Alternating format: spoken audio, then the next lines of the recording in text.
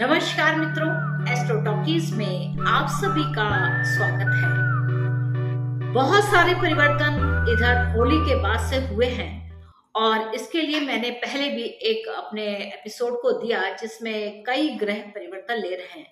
यहाँ पर एक बहुत ही महत्वपूर्ण परिवर्तन है, वह है मंगल का परिवर्तन। यानी कि मंगल देव महाराज राशि परिवर्तन कर रहे हैं।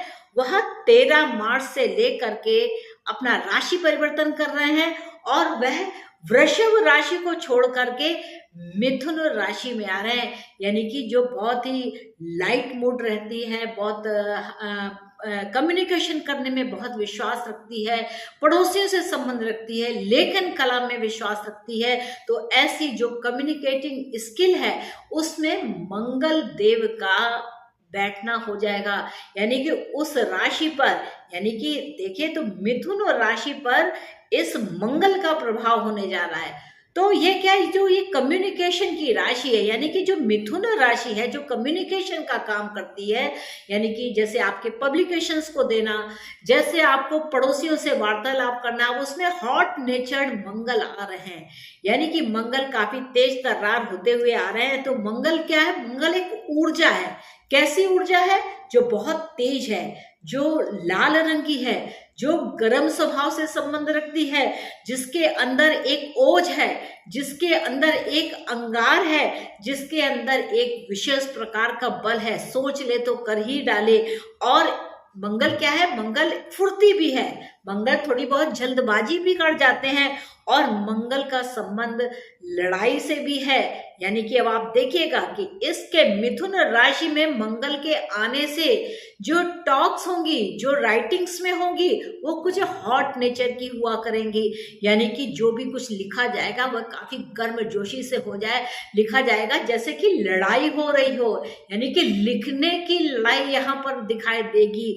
और मंगल का संबंध भाई से भी होता है और मंगल का संबंध भूमि से भी होता है, मंगल का संबंध सेना से होता है, मंगल का संबंध रक्त से होता है, मंगल का संबंध आपके अस्त्र और शस्त्र से होता है। तो इस प्रकार जो ये सारे गुण हैं, ये जो दिशाएं, ये जो अवयव बताए जा रहे हैं, वह सब मंगल से संबंध रखते हैं। और यह जो मंगल है ये बैठ गया है कम्युनिकेशन में। तो यानी कि यह जो समय होगा, यानी कि 13 मार्च से लेकर के 10 मई तक का जो समय होगा वो काफी अंगार भरा होगा, काफी एग्रेशन वाला होगा, काफी लड़ाई झगड़े से युक्त होगा।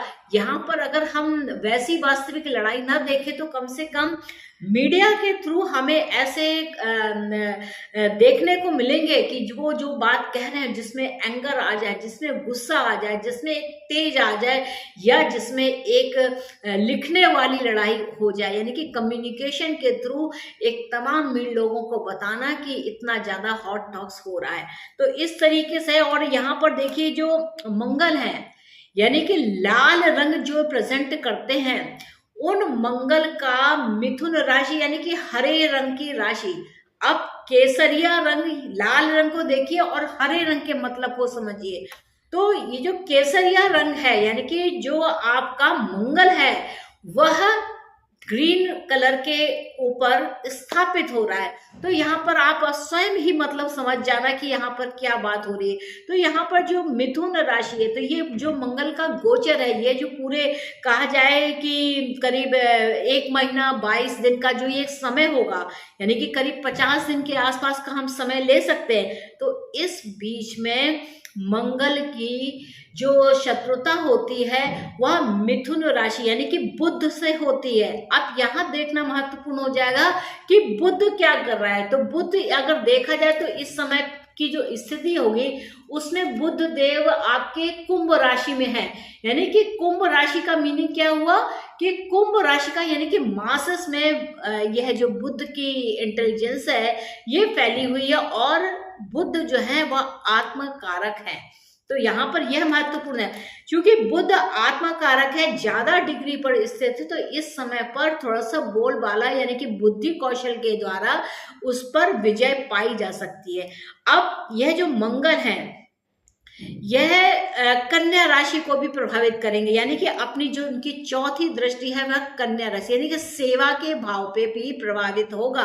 साथ में मंगल की जो सातवीं दृष्टि है वह गुरु की राशि धनु पर स्थापित दृष्टि के माध्यम से जब यह प्रभाव पड़ता है तो मंगल की जो दृष्टियां हैं वह कन्या राशि पर पड़ रही है, धनु राशि पर पड़ रही है और उच्च के परिणाम दिखाने वाले यह मकर राशि पे पड़ रही। तो मंगल का जो अष्टम दृष्टि है यानी कि जो संहार कर देने वाली जो दृष्टि है यानी कि जो ट्रांसफॉर्मेशन देने वाली शक्ति है वह जाती है मकर राशि पर, यानी कि मकर राशि यानी कि कामकाज की राशि। तो यहाँ पर देखिए मंगल का प्रभाव रहने वाला है। तो ऐसे में आप देखेंगे कि मंगल से संबंधित जो अनाज है जैसे गेहूं हो जाता है, जैसे लाल प्रकार का कोई भी सामान जैसे मिर्च है, ये सब तेजी का रुख ले लेंगी।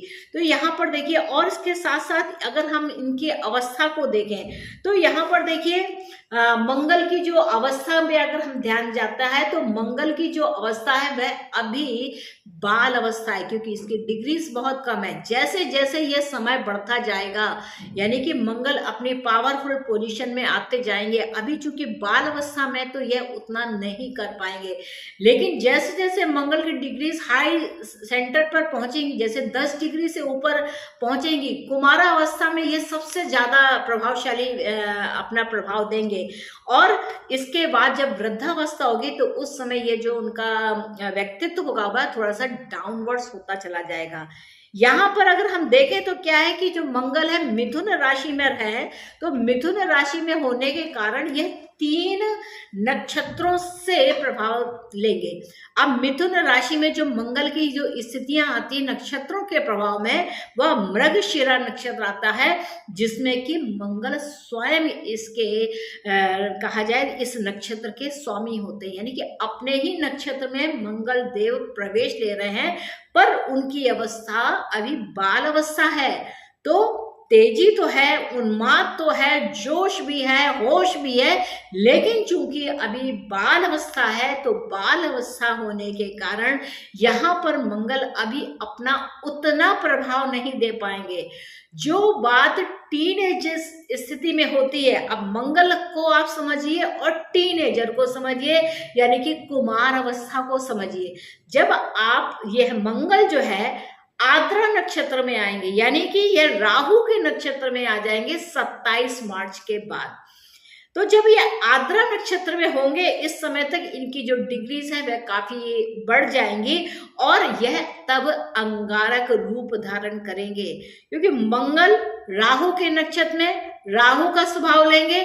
और राहु कहाँ स्थित है?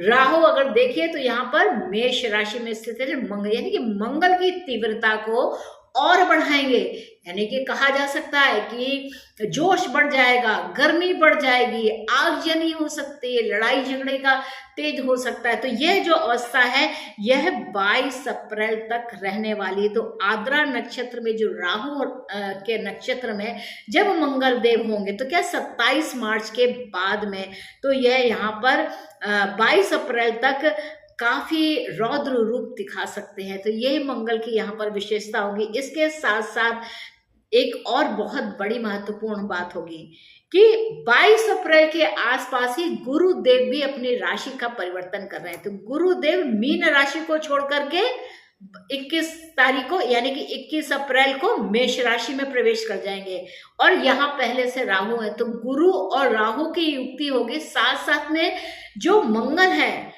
वह प्रभाव लेंगे किसका? गुरु का भी प्रभाव ले लेंगे क्योंकि मेष राशि से संबंध रखने वाले जो मंगल हैं उन पर राहु की छाया का प्रभाव है, यानी कि वो तीव्रता है, वह आक्रोश है, वह जन आक्रोश है। अब उसमें गुरुदेव की एंट्री हो रही है। तो गुरुदेव जो ही एंट्री करेंगे वैसे ही चीजें थोड़ी सी सामान्य भी होंगी और यह जो मंगल है जो उनकी तीव्रता का गुण है वह पुनर्वसु नक्षत्र के थ्रू जाएगा। अब पुनर्वसु जो नक्षत्र है वह क्या है? वो गुरु का नक्षत्र होता है। तो गुरु के नक्षत्र होने का यानी कि रीस्टैब्लिशमेंट करने का यहाँ पर काम होगा। तो मुख्यतः यहाँ पर क्या देखा जाए कि ये जो मंगल यहाँ पर 3 तरीके का फ्लेवर है। एक तो अपने काफी जोश में आकर के 27 मार्च तक काफी जोशीले होकर के काम करने वाले होंगे, वहीं उस जोश के साथ उनके अंदर जो अंगारक शक्ति उत्पन्न होगी, यानी कि बहुत ज्यादा तेज उत्पन्न हो जाएगा। और 22 अप्रैल के बाद जैसे ही गुरु का सानिध्य इन्हें प्राप्त होगा तो यह थोड़ा सा कूल डाउन होकर के गुरु की बात को मानते हुए यह अपना काम में थोड़ा सा एक एस्टैब्लिशमेंट लाएंगे कि ठीक है ऐसा नहीं करना। तो ये जो मंगल है इनके अंदर बहुत ज्यादा उग्रता होगी। यहाँ पर महत्वपूर्ण बात क्या समझने वाली है कि यहाँ पर देखिए कि मिथुन राशि में मंगल है और इनकी जो चौथी दृष्टि होगी, यानी कि जहां पर ये अपना जो इनका रोश पूर्ण जो इनका प्रभाव है वह थोड़ा सा मध्यम पड़ जाता है। तो ऐसे में यह कन्या राशि पर प्रभाव देंगे। साथ में इनका प्रभाव धनु राशि पे होगा, इसके बाद मकर राशि। ये मुख्य रूप से देखा जाए तो बुध की दोनों राशियां यानी कि मिथुन राशि और कन्या राशि पर इसका प्रभाव है। साथ में गुरु की राशि धनु पर इसका प्रभाव है, यानी कि वह तेज आ रहा है। और मंगल का जो अष्टम कहा जिसमें मकर ध्वज हो जाते हैं, जहां पर जो मंगल है यानी कि जो हनुमान जी है वह मकर ध्वज हो जाते हैं अपने काम से, अपने वेग से, अपनी चतुरता के साथ। वह जब मंगल भीष्म रूप धारण कर करे यह मकर राशि में आते हैं तो एक बड़े बदलाव को यहाँ पर दिखाते हैं। तो यहाँ पर अगर देखा जाए तो जो मुख्य राशियां मिथुन राशि में है तो मंगल का प्रभाव माता के स्थान पर, भूमि के स्थान पर, भवन के स्थान पर, यहाँ पर सुख में भी। यहाँ पर देखिए घर में लड़ाई झगड़े भी हो सकते हैं क्योंकि मंगल लड़ाई झगड़े का भी कारक है। साथ में मंगल की जो सप्तम दृष्टि है वह धनु राशि पर पड़ती है और धनु राशि यानी कि आपके जीवन साथी। तो यहाँ पर मिथुन राशि वाले खास तौर से समझे उनके जीवन साथी के संबंध में यह प्रभाव रहने वाला है, यानी कि काफी रोषपूर्ण यहाँ पर प्रभाव रहेगा। इसके बाद मंगल की जो अष्टम दृष्टि है वह आपके अष्टम भाव में पड़ती है, यानी कि विरासत का पूर्ण सुख यहाँ पर आपको प्राप्त हो जाने के पूरे चांसेस बनते हैं। कन्या राशि की अगर बात की जाए तो कन्या राशि के लिए भी देखिए तो यहाँ पर 3 केंद्र बिंदु यहाँ पर महत्वपूर्ण स्थान रखते हैं। प्रथम केंद्र जिस पर स्वयं मंगल का प्रभाव होगा, दूसरा हो गया तो केंद्र कहा जाए तो चौथे भाव से संबंध होगा और दसम भाव में यह स्वयं है। तो दसम भाव में स्वयं होकर के यह एक रोचक योग बना रहे हैं। अब यहाँ पर और साथ में जो मंगल का एक प्रभाव है वह जो उच्च का है, अष्टम है, यानी कि संतान के संबंध में है, वह आपके पंचम भाव में भी पड़ता है। तो इस प्रकार से मंगल का जो प्रभाव है आपके 3 केंद्र, प्रथम केंद्र, चौथा जो भाव होता है वह केंद्र और दसम भाव यानी कि आपके रोजगार के अवसर। साथ में जो मंगल की विशेष गुण प्राप्त होगा वह आपके पंचम भाव यानी कि संतान को लेकर के, एजुकेशन को लेकर के, आप सेना में अपने शौर्य को दिखा सकते हैं। इस प्रकार से यह मंगल आपके इन 4 भावों को यानी कि आपके केंद्र भावों को प्रभावित करेगा। साथ में यह आपके एक त्रिकोण को भी प्रभावित करेगा। तो आपको यह जो मंगल है यह राजयोग कारक स्थिति को देता है। धनु राशि की बात की जाए तो धनु राशि में भी जो मंगल का प्रभाव है वह 3 केंद्रों में पड़ रहा है। 3 केंद्र क्या है? एक तो प्रथम केंद्र है, दूसरा आपका दसम केंद्र है और तीसरा आपका सप्तम केंद्र है। और अगर इसके मंगल की बात की जाए जो दूसरा प्रभाव है वह आपका द्वितीय भाव में भी पड़ता है, यानी कि फैमिली को लेकर के, यहाँ पर जीवन साथी और पार्टनरशिप्स को लेकर के, साथ में आपके रोजगार के अवसर्स को लेकर के, और आपके अंदर वह मंगल का तेज विद्यमान रहने वाला है। इन आगे इस समय पर अगर आप अपना योग करते हैं, कोई ऐसा शारीरिक व्यायाम करते हैं जैसे वेट लिफ्टिंग करते हैं, भागने का काम करते हैं, टहलने का काम करते हैं जिसमें शारीरिक श्रम अधिक हो, ऐसा काम करते हैं तो मंगल के जो कुप्रभाव होते हैं वह समाप्त होते हैं। इसी प्रकार मंगल की जो विशेष प्रभाव है वह मकर राशि पर भी पड़ता है। तो मकर राशि वाले जो भी जातक हैं, चाहे वह लग्न हो या राशि हो, तो मंगल का जो विशेष प्रभाव है वह आपके 6ठे भाव से आरंभ होता है और आपके भाग्य भाव के ऊपर भी प्रभाव देता है, साथ में आपके द्वादश भाव को भी प्रभावित करता है। तो यहाँ पर मंगल आपके उच्चता को लेकर यानी कि विशेष परिश्रम कराकर आपके यहाँ मंगल की एक अद्भुत क्षमता यहाँ पर आती है और आप रोजगार, शत्रुओं के ऊपर, ऋणों से यहाँ पर अपने बल से यहाँ पर आप मुक्त होते हैं। आपके भाग्य में भी यहाँ पर वर्धन दिखाई देता है, मंगल की वह तीव्रता होती है। साथ में जब द्वादश भाव में भी मंगल है तो यहाँ पर क्या है, विदेशों में जाकर के आप कुछ जमीन वगैरह का भी आप यहाँ पर खरीद फरोख्त कर सकते हैं। तो यहाँ पर देखिए तो कुल मिलाकर के जो विशेष राशियां या लगन है वह मिथुन राशि हो जाती है, कन्या राशि हो जाती है, साथ में धनु राशि हो जाती है और शनि की मकर राशि हो जाती है। तो इस प्रकार ये जो मंगल का विशेष गुण है, यह विशेष प्रभाव है, ये हमें आने वाले समय में आप अब से लेकर के हम इसे कह सकते हैं कि इसकी जो 10 मई तक हम इसके प्रभावों को देख सकते हैं।